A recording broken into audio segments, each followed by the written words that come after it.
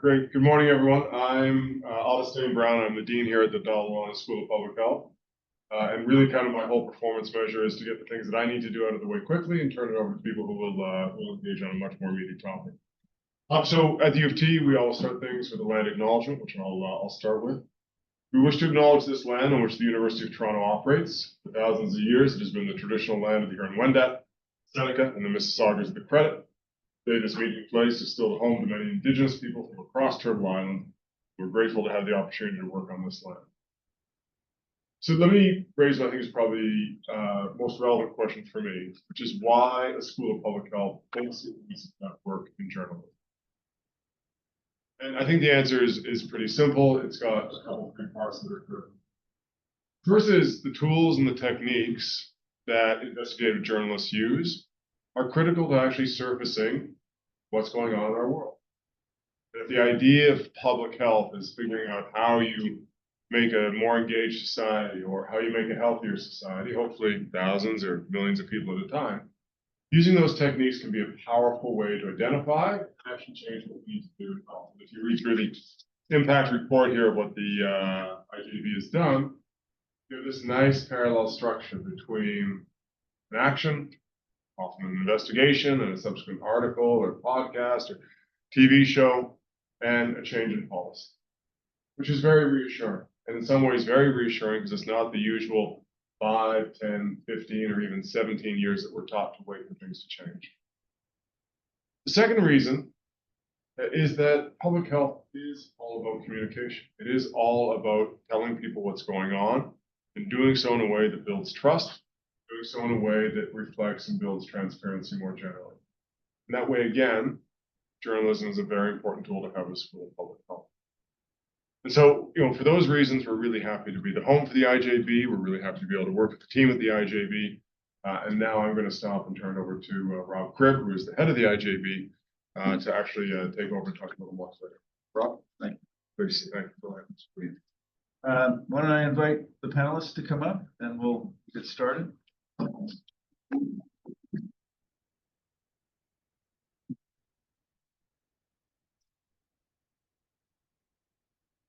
So we're tremendously grateful to everyone who's taken the time in the early morning to join us to talk about how philanthropy is impacting high impact journalism and the material benefits that are coming from it. We're very excited. We think it's an incredibly powerful model at a time of devastation in the journalism industry. The newsrooms, the latest data is 550 newsrooms in this country, Canada, since 2008, shut down, gone. It's a remarkable number. And those that remain, we know, have been decimated down to a shadow of their former selves. It is a total economic devastation that's occurred.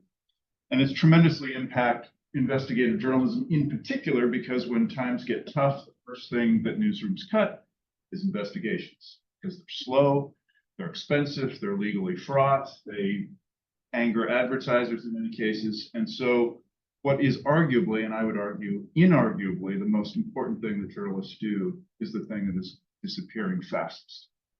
And so whatever the future is, hopefully there is one, and I think that there is one, it has to involve to some extent the model that we're building here, this nonprofit model, which is fueled largely by philanthropic funding. So we are grateful to all of you for paying attention to what we're doing and for being here and engaging. Let me introduce the panel. You're going to love them. To my far left, Chris Hoyos. He's the Director of Policy and Communications for the Chiefs of Ontario. He focuses on advocacy, policy development for Indigenous communities. His background in public policy and communications and contributes to initiatives that support First Nations health and social services. He's been a crucial partner for us over the last 5 years. You'll see why in a few minutes. Next to him is Wendy Ann Clark. I should say on the schedule, Ryan McMahon was supposed to be here today. He cannot be here today because of unforeseen circumstances. So I've asked Wendy Ann to sit in his stead. Wendy Ann is an investigative reporter at the IJB. She came to us 2 years ago from Daily News, and she's worked on some of the stories that we're going to be talking about today. And to my immediate left, Sarah Krenitsky, Director of Public Affairs and Research at Philanthropic Foundations Canada. She has spent her career in this field. She is a towering figure in this space in this country and played a key role in a report I read last night, the 2024 Landscape Report, detailing how charitable foundations work. We're going to dig in with them in a second. For that, I've been asked to give you sort of a sense of our model, our unique model at the IJB, and the kind of work that we've done.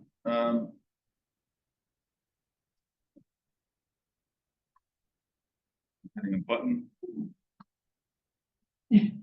Oh. Okay. So, how'd you do this? I don't know why. There we go. Okay, it's working now. Are we good? Yeah. We rehearsed this for hours.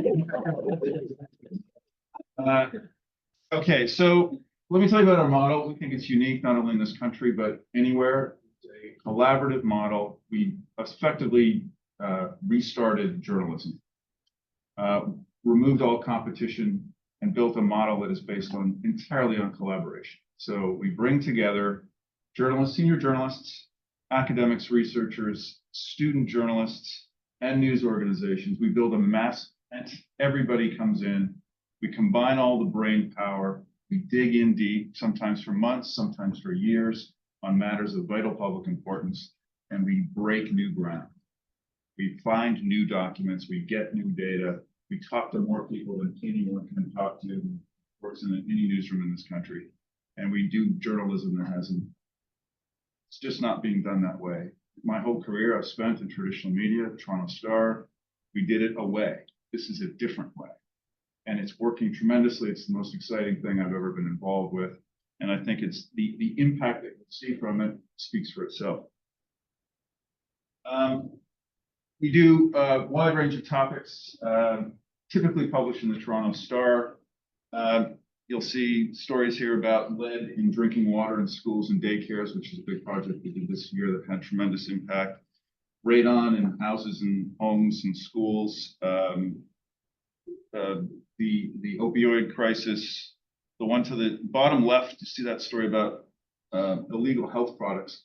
This is a story we did with young journalists this past summer. So we found hundreds of health products lining store shelves in Toronto that were completely illegal. So we bought them, built a massive database of them. We took our database to Health Canada. Health Canada said, yeah, that's all illegal. We just didn't get around to it yet. So even before we published, all these products started coming off the shelves. So you see it's a wide range. From the very beginning, from day one, Indigenous Issues has been a crucial founding beat that we've had. We're going to talk about that for the bulk of today. Some awards. I always hesitate to show this stuff because this is not why we do it, for sure. But since we began, we've been distinguished with a number of honors.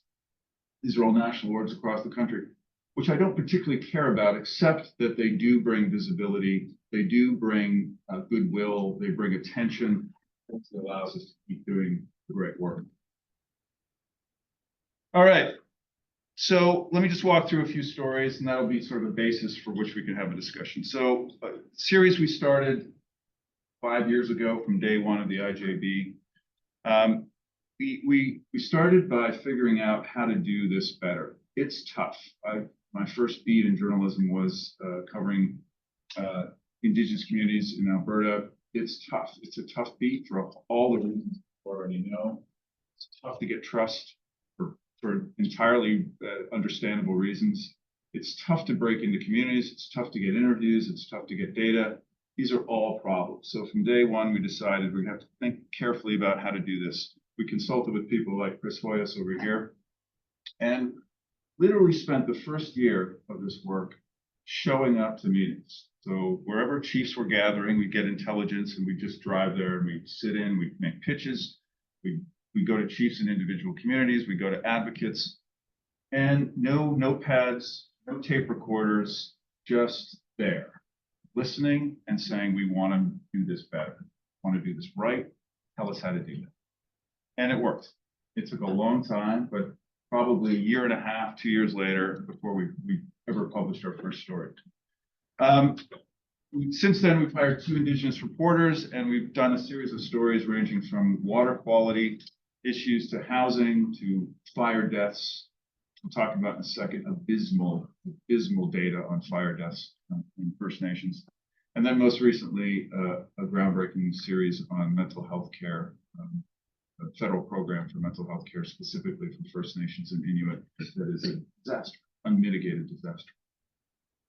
Okay. Real quick, I'm going to scan through these. So the water story, that we spent probably a year filing Freedom of Information requests to get water tests at First Nations across the country. Everything we do, I'll just premise this by saying, at the heart of all of these stories are voices, obviously. It's voices of First Nations patients or advocates or whatever it might be. But we wanted to go beyond that because that's who often hear those voices. We wanted to always think about the document state of mind, data state of mind. How can we find independent, verifiable documents that elevate those voices and back them up, buttress those voices?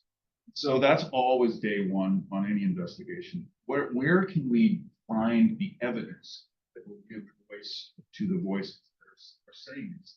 How do we get that context? How do we move it from anecdote to systemic? And so in this case, it was hundreds and thousands of pages of water test data. We ultimately ended up telling the story through the lens of Oneida, near London, Ontario. The key to this was, the reason we chose Oneida is it's a community that had terrible water quality for 15 years. They began measuring. And it sat right next to a non-Indigenous community, state-of-the-art water system. And so that's why it became the face of a national problem. Quick video.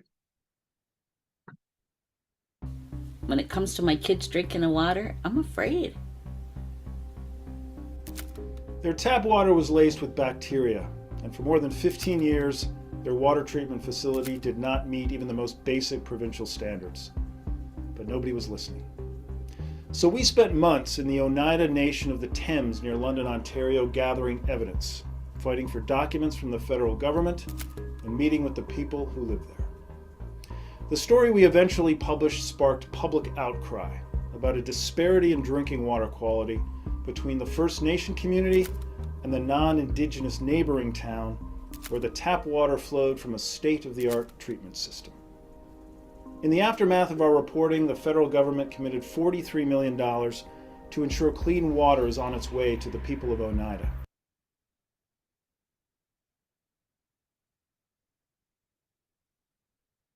Next up, housing. This was a groundbreaking report. You probably read this a few months ago.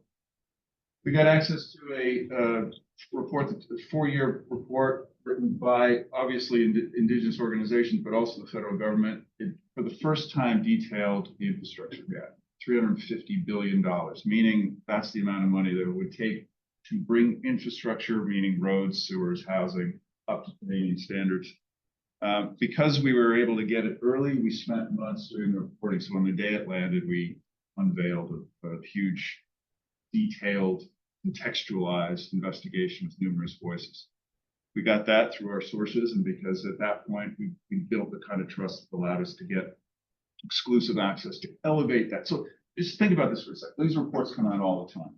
They land, they're one-day stories because they're superficial. A reporter gets it at 10 a.m., gets 3 voices, files the story by 5. That's it. It's a one-day story. But when you have the time and the resources and the trust in the community to spend weeks going to these places, getting the voices, presenting it in full context, 3-dimensionally, it changes the game. It changes the impact and power of that reporting and holds power to account in a far different way. 85,000 houses need to be fixed, 110,000 more need to be built, and the amount of money that's available, that is required, is 20 times beyond what the federal government is currently allowing. 20 times, not even close to me. We got, we spent a lot of time talking to lawyers and going to court, getting court records. This is a different case where we got The key document in this case was a consultant's report. 2 communities had filed this lawsuit. And we got consultants report, an engineering firm who went to both communities. So this is not just members of those communities saying we're living in dilapidated housing. These are engineers who come in, do an analysis and an audit, and here's what they find. Homeowner falling through the floor, flowing sewage across the ground, senior's home falling apart, walls caving in. Right? So it's the combination of the voices, the firsthand experience, and the independently verifiable documentation. This is where it elevates. Fire. Again, through our long-term commitment to this issue and the relationships that we've built, we heard about this brewing lawsuit. Again, got access to it very early, worked with the 2 communities that were about to file it. We spent about 2 months reporting this story. So this was, it's now before the courts, discriminatory underfunding, so systemic underfunding of fire services. I didn't know much about this issue until we dug in. And then we pulled the data, the StatScan data on this is shocking. Like the fact that Canadians don't know this I didn't know this. But the level of disproportionate deaths and injuries from fire in First Nations communities versus non-First Nations communities is shocking, particularly if you're a child. 86 times greater likelihood to die from a fire if you're a child if you live in the First Nation. Shocking. Holy shit. And then I'll end it with this series, which we just published this very recently, last month. This was a 2-year project, very complicated data project looking at health benefits programs. It's a federal program, First Nations and Inuit people. It covers everything from dental to medications. We focused on mental health because of the obvious data on mental health in Indigenous communities, the highest rates in Canada, arguably in some cases the highest rates on the planet. So we looked at the system that is in place to help those people who are in desperate need. And here's what we found. So the story on the left, here's what we did. It was a novel approach. We're always thinking about what public records exist. How can we triangulate facts, right? So what we got is a secret list of all of the approved providers that the government has approved to treat Indigenous people. So these are social workers, psychologists, psychotherapists, yeah? So we got the list, which is secret for some reason. No one seems to understand why it's a secret list, but it's a secret list. We get a copy of that through Freedom of Information. Then we started running systemically each of those names through civil records, criminal, professional disciplinary bodies, looked at their social media, and we found a bunch of them with incredibly troubling backgrounds. So these are people selected and approved by the government. There was a murder, convicted murder, psychologist slept with a former patient, faced disciplinary action, psychologist who abandoned a suicidal patient, disciplined. And this gentleman to the left, upper left, Dr. Oren Amate, a Toronto psychologist, who had a number of disciplinary actions, but in addition to that, a frequent poster to social media of articles, which he presented to his audience, which in many cases argued for the, how can I say this? Argued that the intentions of residential schools were laudable. Yeah.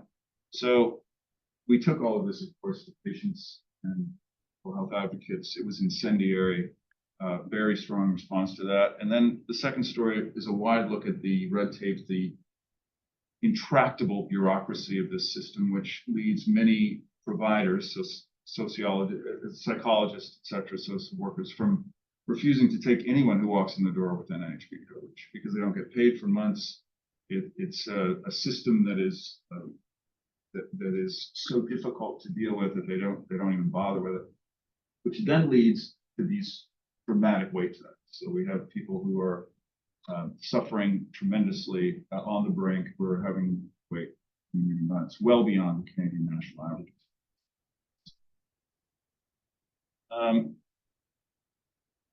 Oh, great. We have a little video of this. I think it's time to let everything up. Because we need to. I grew up in 38 foster homes and 2 residential schools and one day school. I was like a stone skipped across a pond. They just don't believe you, right? They think you're lying. So if they shut the door and you don't come back, they're like, I was right.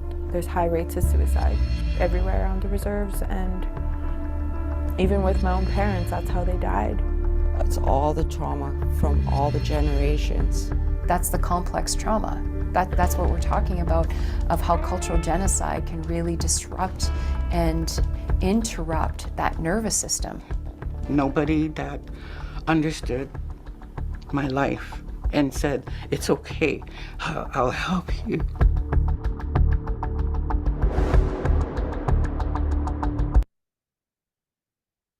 Say this was a collaboration with involved TVO as well. We frequently partner with TVO. So you have, in this case, the Toronto Star, biggest paper in the country, publishing the print story, and TVO did a series of mini documentaries. This is like a 12-minute doc and then a series of shorter clips for social media. So it really does help expand the reach and touch of these stories. And of course, there's a strong emotional lens that the TV gives that you can't follow it. So it's a combination of detailed accountability reporting, naming names, seeking accountability. That's very well combined with the emotional touch broadcast. It's a pretty powerful motivator, and again, something that even the biggest newsrooms in this country can't pull off in the way that we can. Wow. I think it's Strong reaction from the Chiefs of Ontario. We'll hear about that for a second. Within a day, they issued a very strongly worded statement to the government calling for immediate reforms to this program. And uniquely, probably 3 days after publication, Indigenous Services Canada, which is the federal agency that is responsible for all of this and never says anything about anything ever, issued a statement to us saying, we have been made aware of concerns related to specific mental health therapists. They don't say where, they've been suddenly made aware of concerns.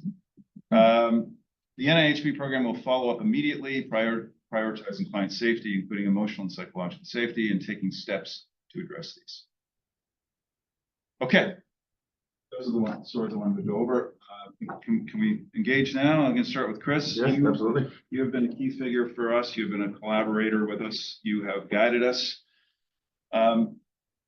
Why did you do this? You were, so we came to you and then you advocated for us, I think, to your bosses, to the chiefs. And ultimately we entered into, I think, what is for us a unique collaboration, I think for you as well, which includes, by the way, a data sharing agreement. They've never done that with any journalists ever. And you agreed to do that with us, which ultimately opened the doors to unique data sets that fueled our reporting. So the question is, why would you ever agree to do that? So really, I mean, you mentioned it, but I think it really boils down to trust and how you cultivate trust with, let's be honest, people who have been burned by media many, many times, right? Who have very little trust for media or outsiders in a lot of cases. And I think really, there's a respect aspect, right? So when you come, you talk to people, you're respectful and you abide by protocol and you ask the right questions, all those kind of things. But that's really not enough. What it requires is patience, and a lot of people, they don't have the time, or they can't give them that amount of time and effort to a story, and so they don't have the ability to have that level of patience to make something work. Which is why I think the IJB model, this investigative model, works particularly well with First Nations. Like when I first, became aware of the IJB, and I was cold called essentially. I was working at not the Chiefs of Ontario, another Indigenous organization, First Nations organization, and the pitch wasn't like, "Hey, we're doing a water story. Can I get a quote?" It was, "Hey, we're doing a water story. Can we get into a community, have a conversation, and do this for the next few months and work with you guys and keep coming in?" And that was the pitch. And it was different. It stood out. I mean, now in my job, I get, hundreds of requests probably a month from journalists, from, all kinds of publications from all different reasons.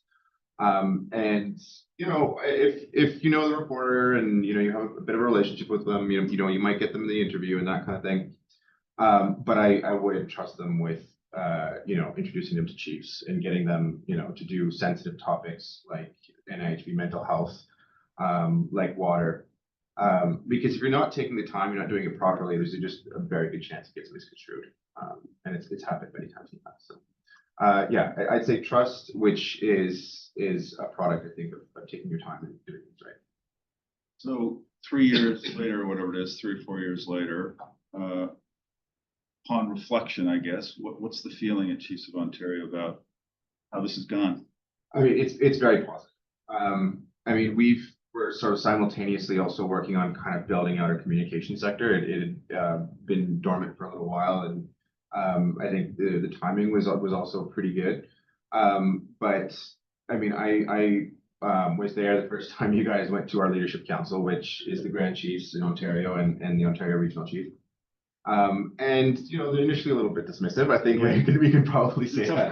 Tough crowd. I think there was just absolute silence, just crickets. No one responded at all. They were just kind of sitting there. Okay, great, thank you.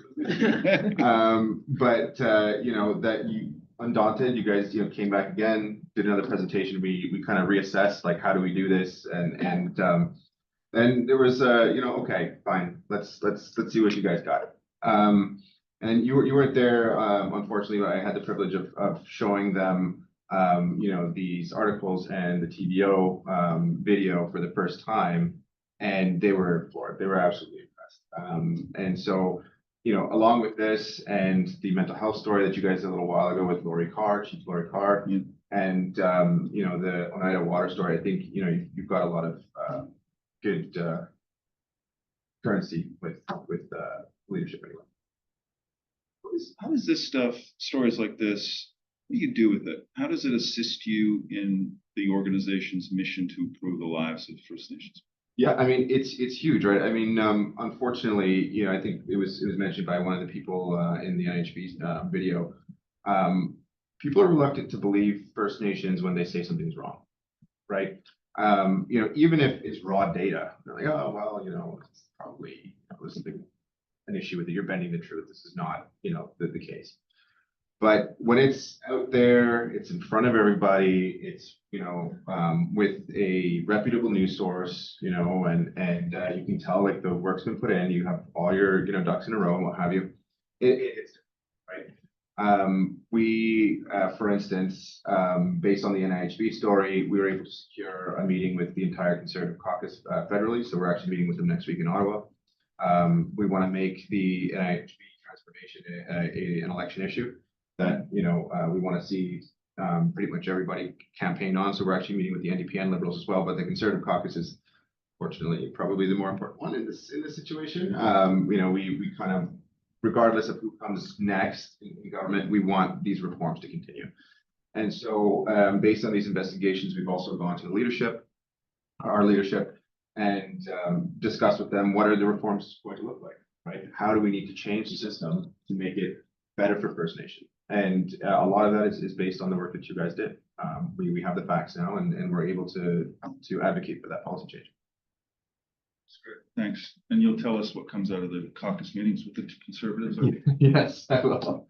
Yeah, I've got a couple other things up my sleeve today, by the way, on housing and other things. I'm available that day. All right. Let me move to Wendy Ann. Wendy Ann is a rock star. Let me just say a couple things about her. We do a fellowship, something called the Canadian Journalism Foundation. It's called the Black Investigative Fellowship, which we do every year. We fundraise for it. And our first Black Investigative Fellow was Wendy Ann Clark. And she was just so impressive that we had to figure out a way to keep her at the end when that came to an end. And she's been with us ever since, the last 2 years. She was very much involved, a lead reporter on this NIHB project, and Fire story as well. She comes from a background of, daily news, like most journalists in this country, working a daily beat, and then stepped into this very, very different journalistic model and methodology. And she has been a total rock star. couldn't be more grateful. So give us a sense of how this work has impacted you. First of all, it was just a major shift for me coming from daily reporting, where it's all about getting the story done and getting it done as quickly as possible. So often you're relying on 1 or 2 interviews, a couple anecdotes, data that's already publicly available. So coming into this, right off the top, we had something that was exclusive. We had this list of mental health providers that was not publicly available. And as an Indigenous person, I'm not Indigenous, but like Indigenous people in the public did not have access to this list. And then we as reporters were the ones that were going in there and backgrounding these people and finding these mental health providers with these disciplinary backgrounds that were really troubling. So right away, we knew we had something that was unquestionably in the public interest in the middle of a mental health crisis. So that's not something you normally get to do in daily reporting, to be able to present that kind of information to the world. So that was really exciting for somebody who's never had the chance to do that. And I had been covering sports and different things, so it was really, really exciting. And then the other piece, which was, I have to admit, was the collaborative process, like coming to the IJB. Well, I mean, as a daily reporter, like it's very competitive. It's very self-interested. Like everybody's kind of hoarding their berries and like their information and stuff, and competing with the reporter beside you, whether you like it or not. That's the culture. So coming to the IJB right away, we were collaborative.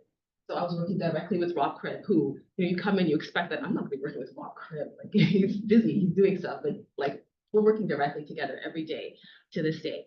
And I was working with Declan Keogh, who's actually now at Coup, and we had another Indigenous reporter, Owen Thompson, who worked on this project, and Ryan McMahon when he came on board later in the process of this story. But he was just incredible and instrumental, and sort of like as a collaborator and like a sounding board in all of this stuff. So it was very, very much collaborative.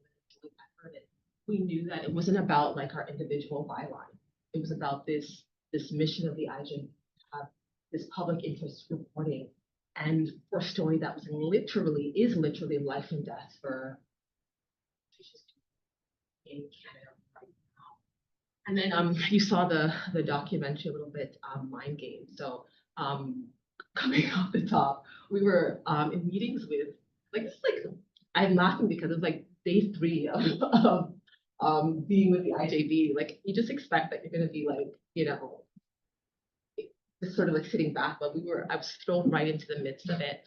And we were already talking about ways to bring this story to life in a multimedia way. And so that became Mind Games, which wasn't supposed to be a documentary at first, but because we were finding all of these incredible voices, we had to find a way to really bring life to them. So it's about 15 minutes long, and I highly recommend you watch the whole thing. It's available online right now. But the voices that you see in that piece, the voices that you see in the story, they're really just the tip of the iceberg. Like we spoke to dozens and dozens of people over 2 years and heard so many stories and could have put so many different people in those places, but we carefully selected and negotiated which voices best to tell the story in a compelling and accurate and concise way. And what we put together was just something that I'm really proud of. Every sentence that ended up in that story, in those stories, I should say, backed by really, really extensive research and drafts that were had hundreds of footnotes. So working with the team at the IJB, we produced something that I'm really proud of, and especially in this time, like it's not lost on me how important the work that we do is. Let's be honest, like the lines of what journalism is are really blurred right now, and so it's not lost on me like how important what we're doing is, especially when so many people in this country have no idea what Inuit and First Nations people are up against when they interact with the healthcare system and other government stuff. Thank you. I should say that the IJB actually has a dual mission. We obviously stellar journalism, groundbreaking reporting, but just as important is training the next generation of investigative journalists, and Wendy Ann is, of course, the perfect face for that. Constantly, and many of them, end up working with us long term. Matthew Calabari is here. He started as an intern. He's now been with us 3 years. Yeah. So it is a remark, and there's a real family feel to it. There's not a lot of people that actually want to do this work. It's hard, slow journalism. It's frustrating. We're running up against brick walls constantly. There isn't the type of dopamine hits that journalists typically get every day, the byline in the paper. You don't get any of that. It's long, tough slogs. The journalists who are wired for this and end up with us can do truly extraordinary work that is groundbreaking, and I think it's calling for our profession. This is the work that ultimately can trigger meaningful, tangible righting of wrongs. So remarkably proud of them. Sarah, you're the voice of the philanthropic community in this country. I have I've spent many hours looking at the landscape of philanthropic organizations. Terrible at it. It's been a impenetrable world for me to understand. We, of course, believe that journalism is foundational. It's a weight-bearing pillar of democracy and that it needs to be supported. I look to the South, where my colleagues who run nonprofits have access to remarkably rich foundation organizations that do fund journalism. It seems to be different here, at least that's my lens. What's your read on the appetite within the philanthropic community to fund this type of journalism? Yeah, no, I think it's pretty accurate. Foundations supporting journalism is a bit of a new thing. Yeah. I think it's something that's developing. There are many foundations who are increasingly interested in this. I think there's a couple of reasons, I think, why this is the case. First of all, the fact is that the philanthropic sector in Canada is a lot smaller than in the States and in other places like the UK. I think also from a regulatory perspective, the idea that foundations would fund journalism, which is something that really, there were a few barriers up until quite recently where there's some regulatory changes around allowing, for example, a registered journalism organization, which is a qualified donee. There have been other legislative changes to make grants to non-qualified donees, so those organizations that do important work but don't necessarily have a charitable status or qualified donee status. And so some of those regulatory changes, I think, are shifting the dial a little bit for understanding how legitimate this kind of activity is. And I'll also say, I think, like, foundations are increasingly interested in understanding how they can make it. I think probably a generation or two generations ago was pretty transactional. It's about their own legacy, maybe putting a plaque on a wall, and as shifting as our demographics across the board in Canada are shifting, more and more folks are interested in actually having an impact, and while also seeing the decimation of public Canada, I think there is a growing interest. So two resources that I can speak to that can demonstrate that are something that PFC, the organization I work for, partnered on, funding journalism. So that's with one of our members, the Inspirit Foundation. So one of the reports was specifically for a foundation audience. And then they also put out earlier this year a kind of compendium guide for journalism and how we can kind of provide a bit of more clarity on what the role journalists or journalism organizations play in interacting with foundations. The world of philanthropy in Canada, well, across the board, but in Canada, much and folks who aren't entrenched in the sector. So I guess the long short of it for us is that there is definitely a growing interest, but it's still small. This is why I'm happy to be here and to chat with here, because it's definitely an area that's growing and something that's important. Is there anything that we can do in the nonprofit journalism community to help you along? Because here's the typical response we get. We'll file the applications, we'll seek funding, or we'll call, and the answer often is that does not fit within our current funding priorities. Right. What's the response to that? What should I say to that? Yeah, that's tough, and I'm not surprised. Is there a comeback, or it's just like that's what it is?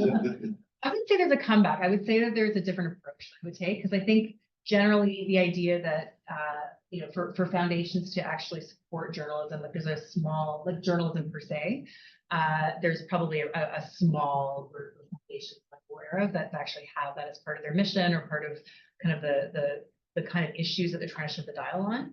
What I might suggest would be to kind of frame it in terms of like impact and the particular issues that you're working on. And this is a perfect example today, talking about how journalism can be an important tool in the toolbox to shine a light on the disparities that Indigenous communities in Canada face. Where that particularly is a growing interest in philanthropy.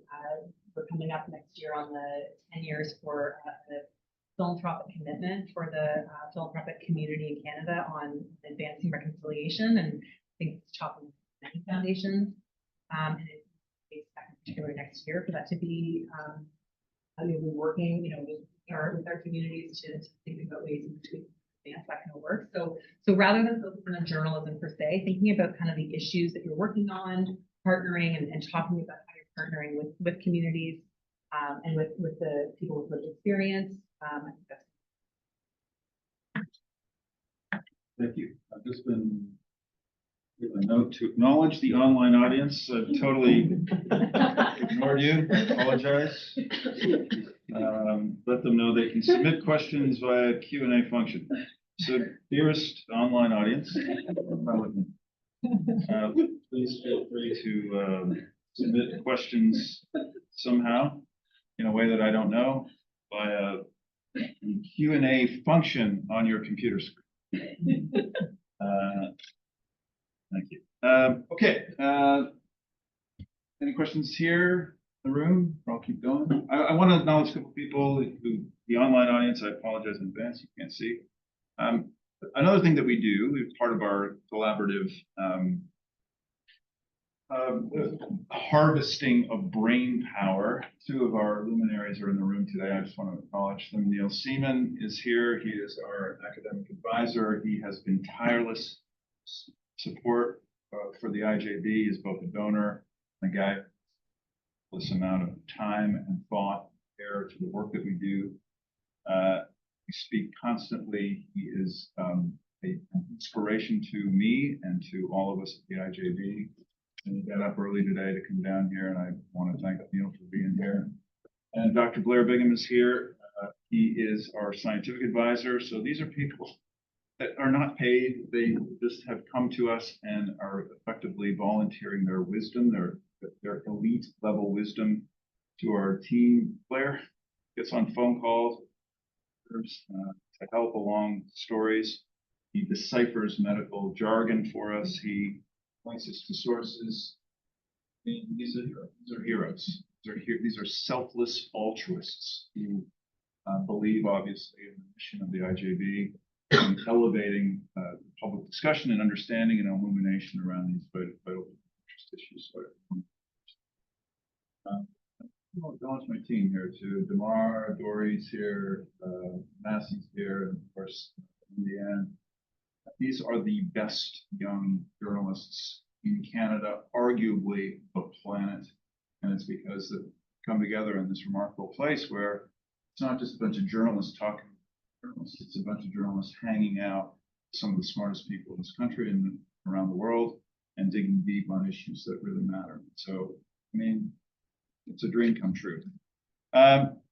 Chris, what else can we be doing better? How do we fix this? The ultimate goal here of all of this is the material improvement of the lives of First Nations people. What else can we do? What are we not doing yet that we need to do together? So yeah, how to fix the entire problem. I want to fix the entire yeah, so I mean, a lot of the work we do surrounds advocacy, right? And on issues a lot of the time that are more principle driven. right? So, our justice sector, our environment sector, they're really, there's no money in those sectors, right? So they really rely on, the goodwill of, people out in the public, right? Because they're the voters and they're the ones that are the ones making decisions at the end of the day, and the politicians too.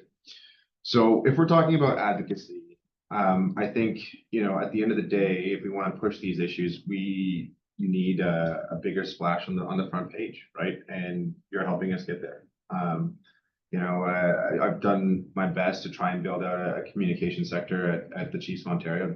Fortunately, it's still your star reporters. My apologies, but we want to work more closely in tandem with news organizations like yourself, like yours, and try and make that impact. So that your readers and people understand what these issues are, because I think you mentioned earlier, right? Like Canadians don't know a lot about this stuff, right? They don't know about the 86 times more likely to die in a house fire, if you're a First Nations child. A lot of the times they don't even know about the drinking water crisis, which has been, ongoing and in the news for a really long time, right? So it's about, getting these issues front and center, and making them an election issue too, right? That's kind of like our next step. We've got probably 2 elections coming up next year, both provincial and federal. If Ford decides to call it early.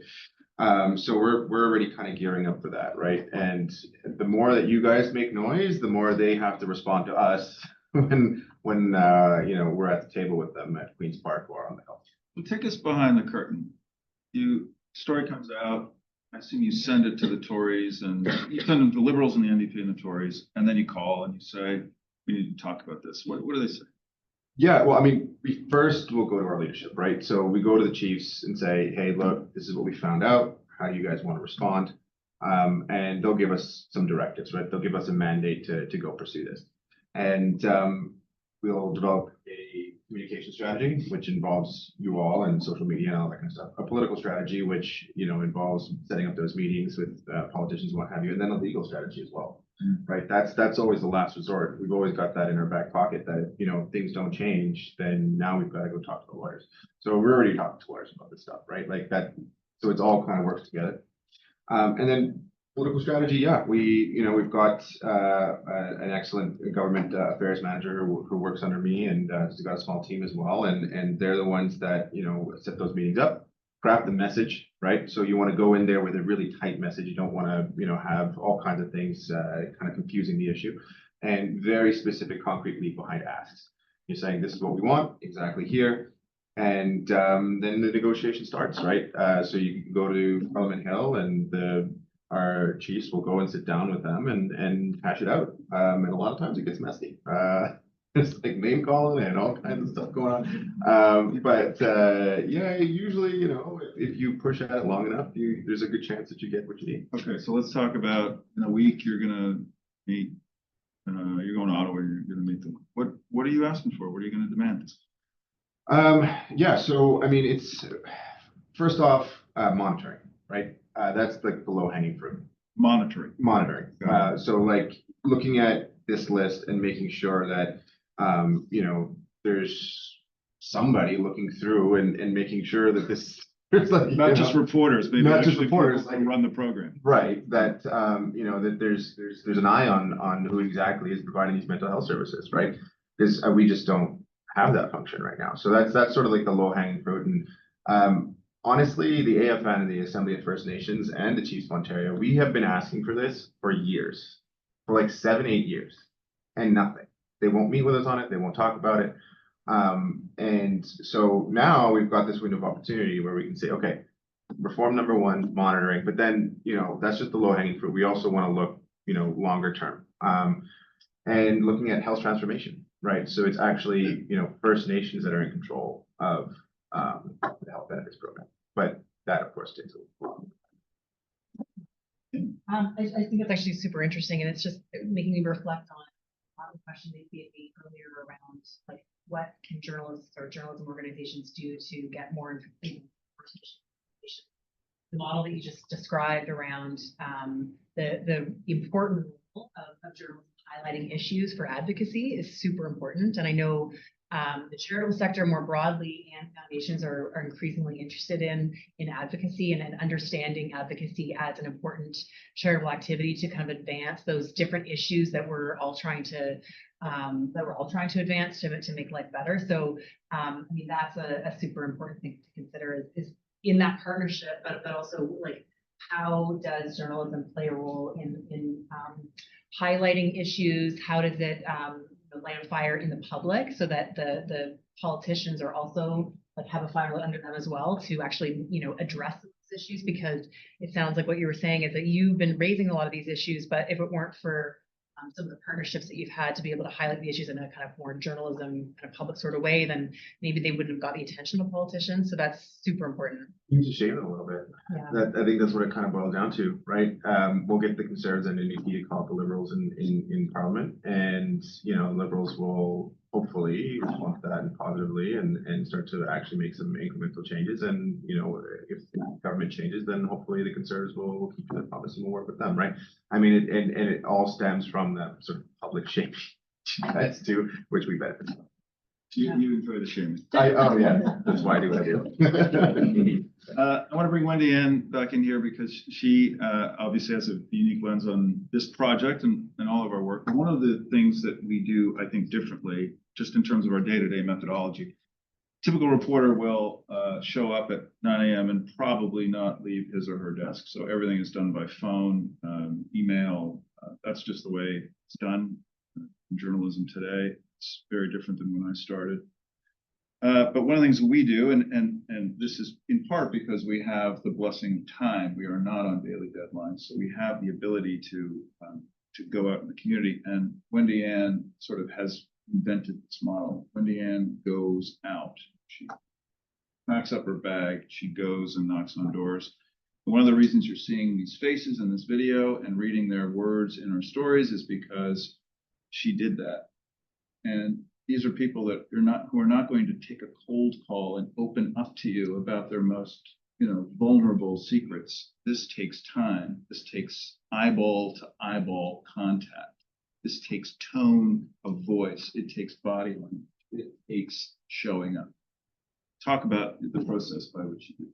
Yeah. In journalism, in general, we talk a lot about, showing up without an agenda and building relationship with community, but the practical outworking of that almost never happens at the pace of deadline.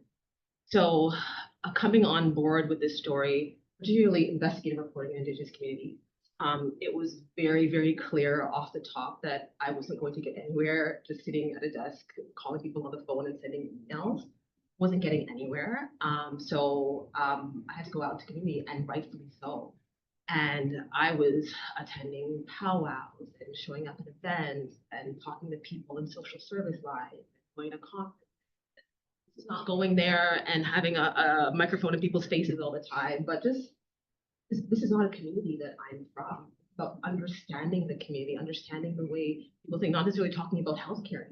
How do you live? Where are you from? What's your life like? And that stuff, as they get to know you and you get to know them, that led to so many of,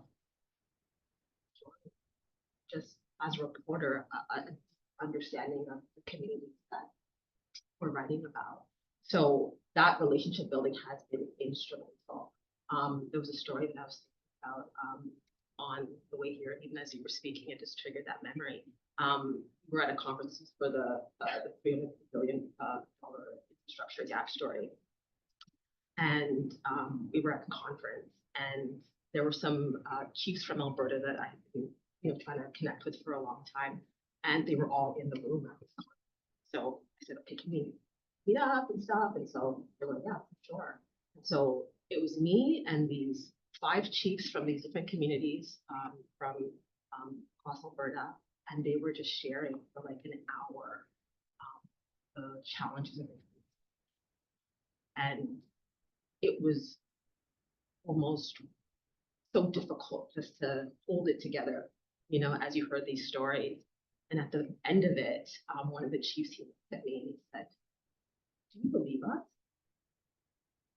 And further to Chris's point, and like so much of what First Nations communities face, and I think one of the women that we spoke to for the mind games piece talked about.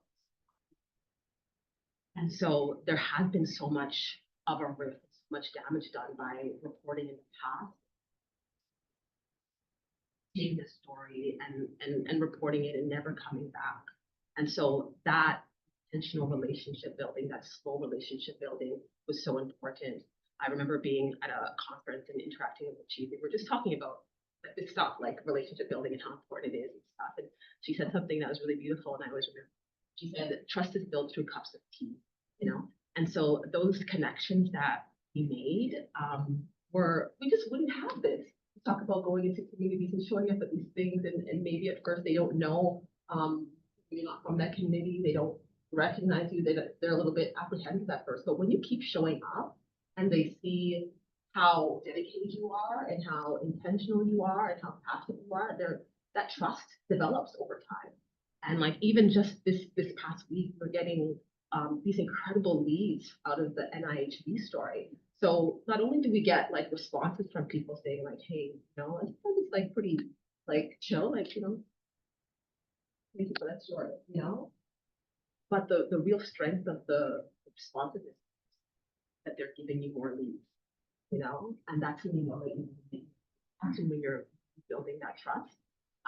So yeah, it's been really, really transformative for me as a settler in this country, and just this process that is twofold. So it's forensic in the fact that we're working with data at times, and like everything that we write is backed by stuff that's really substantial, and we're doing the work to build relationships.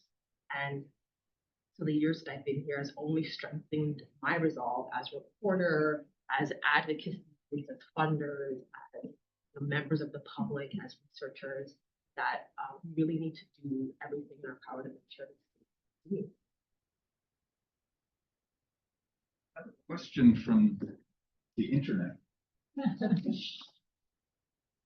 What is required to keep a newsroom like this running?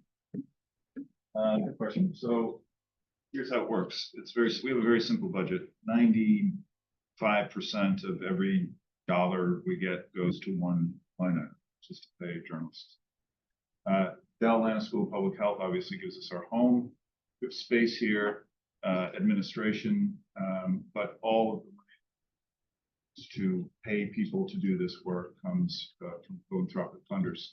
You mentioned Jerry Gottfried, who was our first angel who got this off the ground. He invested, he believed in this. I took him for lunch one day. I'd hit the wall, like years of failure. What you're looking at is the end of years of failure, asking people to take interest in this. And then one day somebody said, you should talk to Jerry Gottfried. And I took him to lunch, and I did my little pitch. And at the end of it, Jerry Gottfried said, I like it. Let's do it. And it was his seed financing and his support over the last 5 years. That's the reason we're all sitting here talking about this.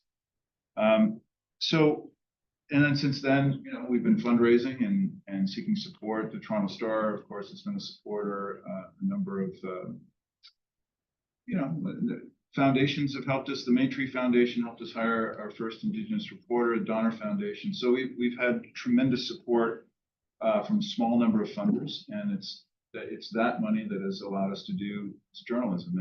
And as I say, other than some money for software and for filing access to information requests, the rest of it all goes to one place, which is to help these journalists do this work, get up every day and do it. That's how it works. For Sarah, can you speak to the landscape of foundations in the country and how their giving is driven by their values? That's an interesting question.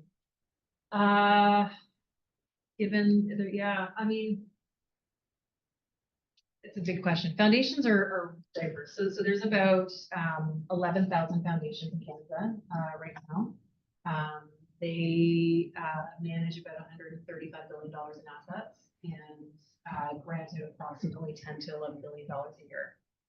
But that's a small drop in the bucket compared to the $300 billion a year that is allocated to the wider nonprofit and charitable sector, and that doesn't even include organizations that they themselves don't have charitable status. So it's small, but it is, you know, foundations are, gosh, I don't know how to answer this question. Like, you know, there are private family foundations. So those are folks who, you know, either inherited wealth or you know, built wealth themselves, and they've decided to start a foundation. And typically those foundations are run by family members. They're themselves, like they're still regulated by the CRA, and they themselves are charities. But oftentimes for private family foundations, they're driven by the values of that family that runs it. They're public foundations. You know, some of the foundations you mentioned, like the Maytree Foundation, for example, is a public foundation. So you know, they're run by values based on you know, probably the founder, but also the people around the table at the board table. There's corporate foundations, so often the values will align with you know, the kinds of work that those different corporations are doing, you know, in their lives. So if they, you know, say they're like an insurance foundation, often they'll be wanting to support things like a health sector. So it's really, really varied.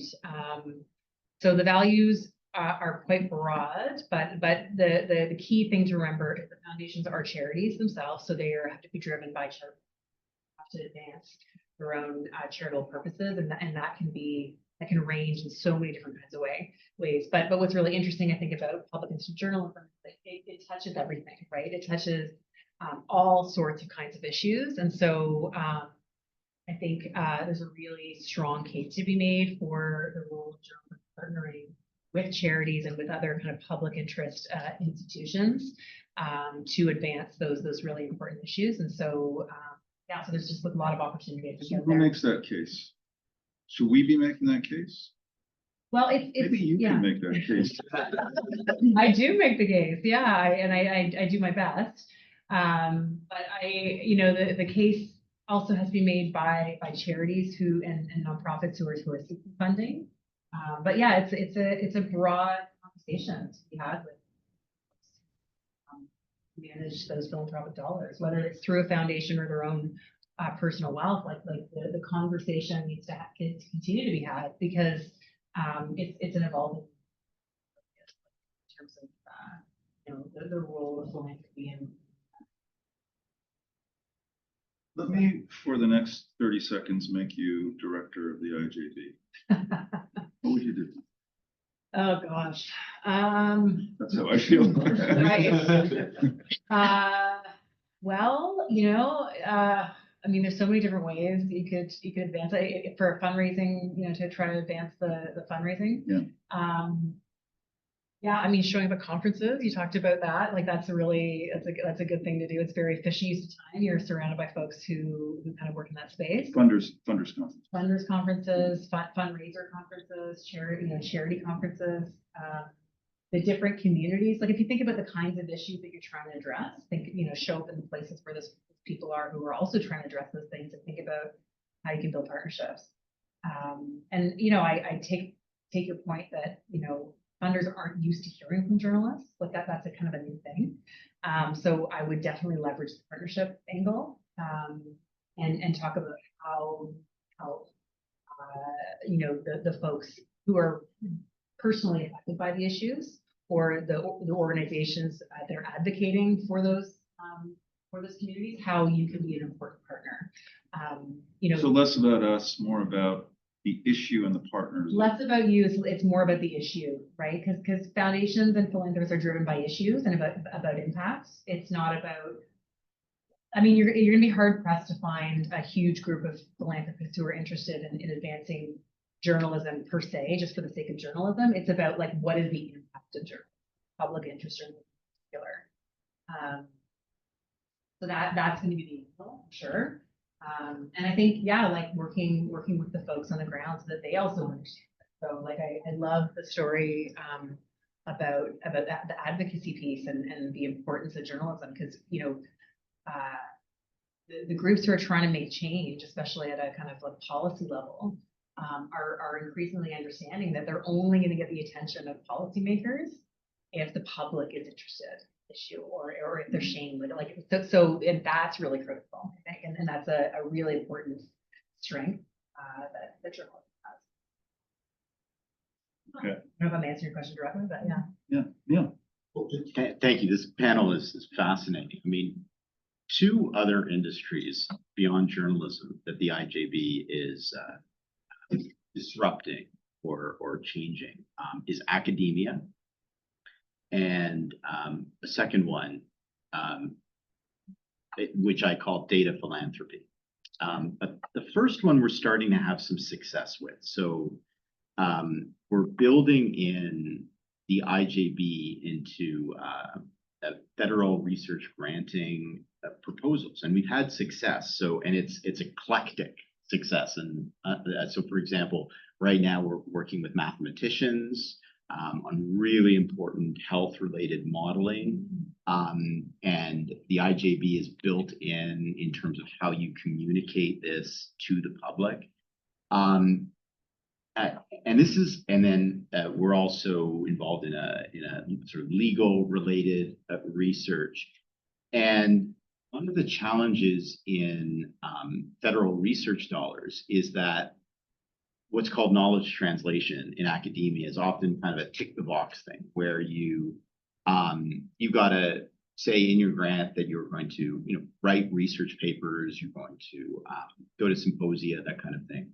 But what we're doing really just is game changing, right? And the academic world is starting to take advantage of that. So one question to the panel just relates to how do we position this for fundraising? Because it really, to me, it's quite dramatic. We're really, like, researchers are being open their eyes in terms of, okay, we can actually take our findings and affect the public, and that's huge, right?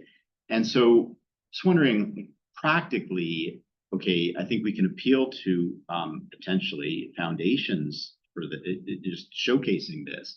And secondly, I think, to your points, Chris, like, I think we can build in partners into, oftentimes the partners that are built into these granting proposals are not thought through with the care that maybe they should be. And so what I'm hearing from you is maybe we need to think more about building in, established connections that we've made into the actual granting proposals.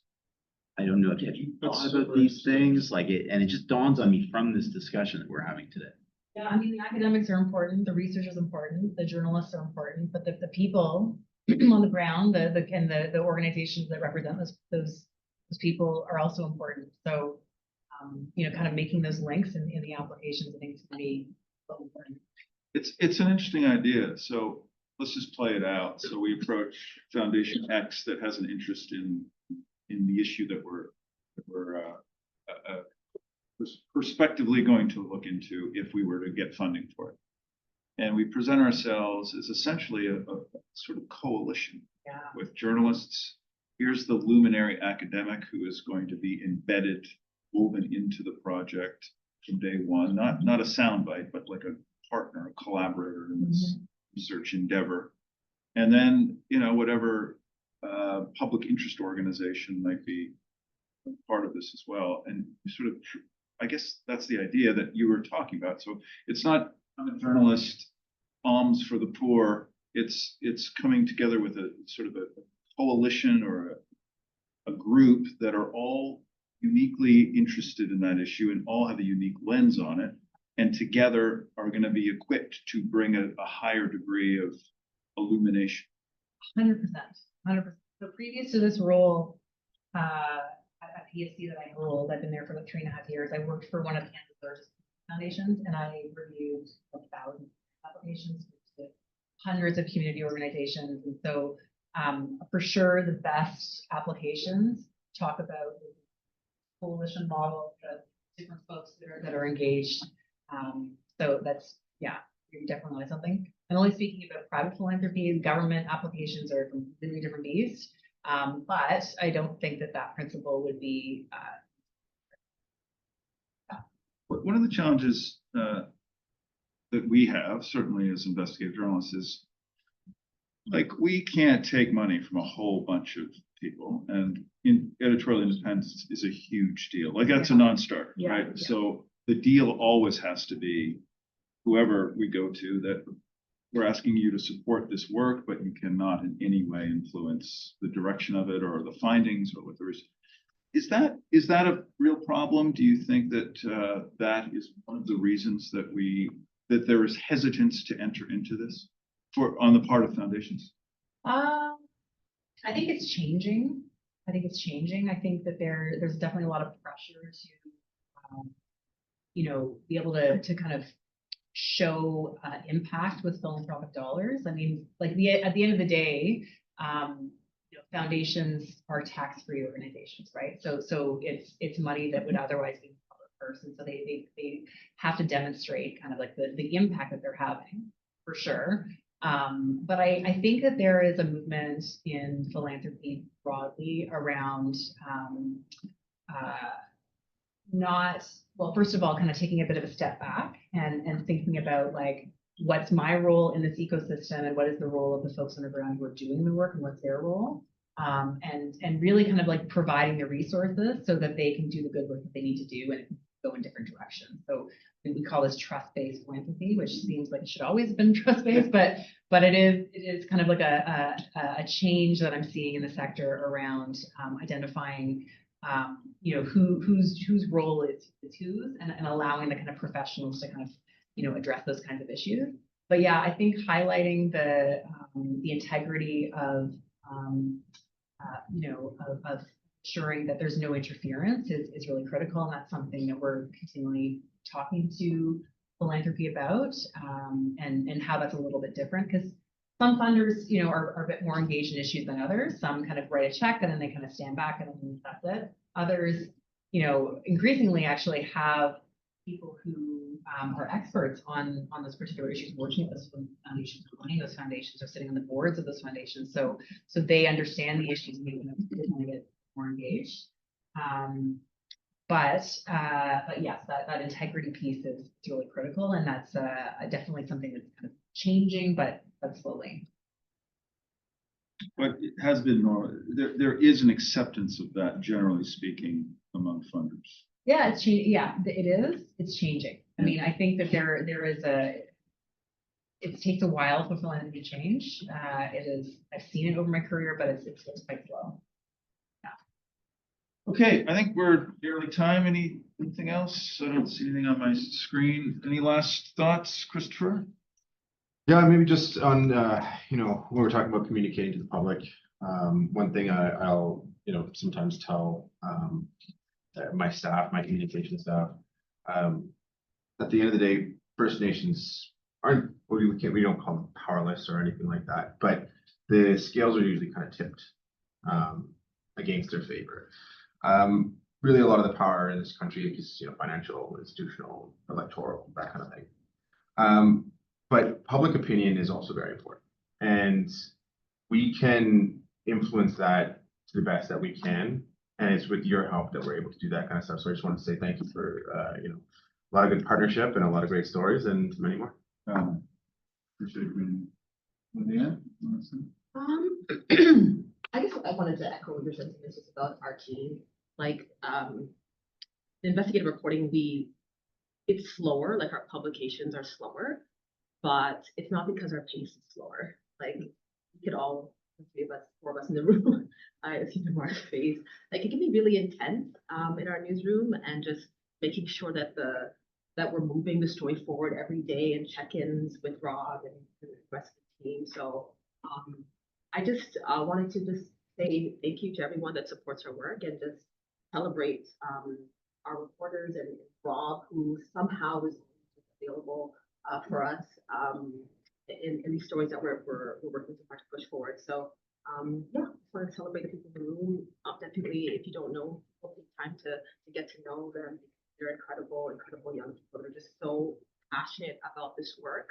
Not ego driven at all, but we believe in what we have here. And yeah, it's just exciting. Sarah, it's amazing to have your lens on all of this. Thank you for taking the time.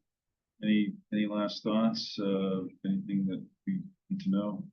I mean, it's been a great conversation. I knew I knew about the IGB, but hearing the stories and kind of like seeing these examples is just very eye-opening, and I'm happy to share that back with our members in our community. Let's talk about that. I want to thank Vanessa Smith, Ashton Kahari for helping put all of this together today, and for inviting, and all the admin and people stuff. You guys are great. Thank you for all your work helping us move forward.